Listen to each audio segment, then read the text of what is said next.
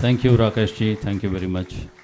મિત્રો, ગીતો આપણા હૃદયને સ્પર્શે ત્યારે એક વિચાર એ પણ આવે કે કોઈ પણ સારા ગીતોની સ્ક્રિપ્ટ પરફેક્ટ કેવી રીતે બની શકે, એ શક્ય જ નથી. પણ જ્યારે આપણું પબ્લિક, આપણું જે ઓડિયન્સ છે, એનો ટેસ્ટ, એમની ભાવના એ સમજવાનો પ્રયત્ન કરીને જીતુભાઈ જે સ્ક્રિપ્ટ બનાવી છે ખરેખર કાબિલેદાદ છે. અને અમારા મિત્રોએ જે મહેનત કરી છે એના માટે જોરદાર તાલીઓ પ્લીઝ.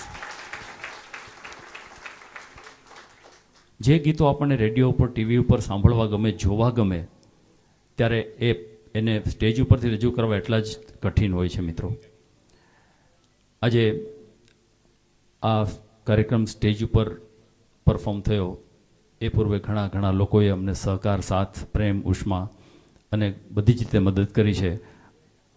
એમનો અમે ખૂબ આભાર માનીએ છીએ. મિત્રો, અને રફી સાહેબની તસવીર છે, એમની સામે દીપ પ્રાગટ્ય કરવા માટે હું માન્ય શ્રી જીતુભાઈને વિનંતી કરીશ કે તેઓ મહેમાનોને મંચ ઉપર લાવે. માત્ર 5 મિનિટમાં આપણે આ વિધિ આટોપી લઈશું.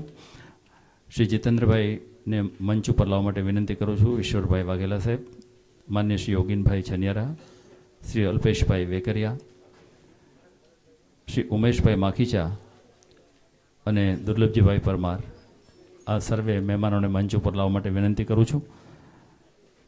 એવા મહેમાનો, મુખ્ય મહેમાનો મંચ ઉપર આવી રહ્યા છે.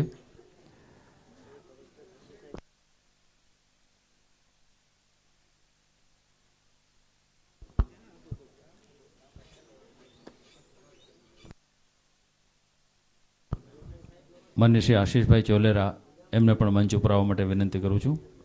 આશીષભાઈ,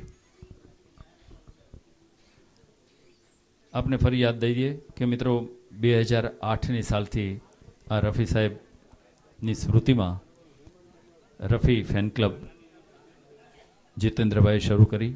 બહુ નાના પાયે એમની શરૂઆત હતી, પણ એમને શ્રદ્ધા હતી, એક વિશ્વાસ હતો કે મોહમ્મદ રફીની શુભેચ્છાઓ, એમના આશીષ એમની સાથે છે અને ઉત્તરોત્તર પ્રગતિ કરતા ગયા. આજે કદાચ આ હોલ નાનો પડે છે, પણ છતાં